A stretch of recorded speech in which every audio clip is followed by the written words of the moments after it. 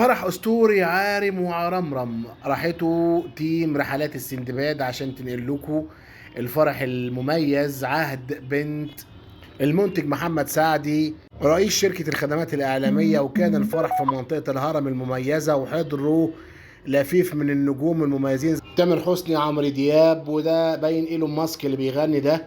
طبعا انا بهزر، ده المطرب توليد صاحب الماسك السحر اللي مش بيقلع. واخيرا مريت دنيانا مبسوط بعد المر ده كله.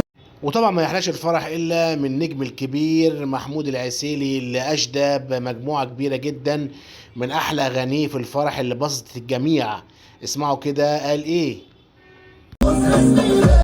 وما انتهاش الفرح على كده، لا بالعكس، ده لسه يسخن معانا جدا مع الشخصيه نمبر 1 محمد رمضان. وختم عمرو دياب الفرح وحصل موقف غريب جدا بينه وبين يسرا، شوفوا كده.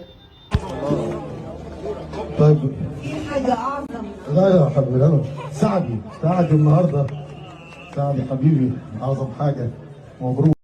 بعد ما باسوا بعض في حفاوة قطع عليها كلمتها وكانت هتقول حاجة عظيمة، لكن قطعها وقال ان اعظم حاجة في الفرح هو المنتج محمد سعدي ومفيش اعظم من كده، وهناه بان اليوم عدى على خير وبسلام. ولحد دلوقتي معرفناش اعظم شيء ايه في وجهة نظر يسرا.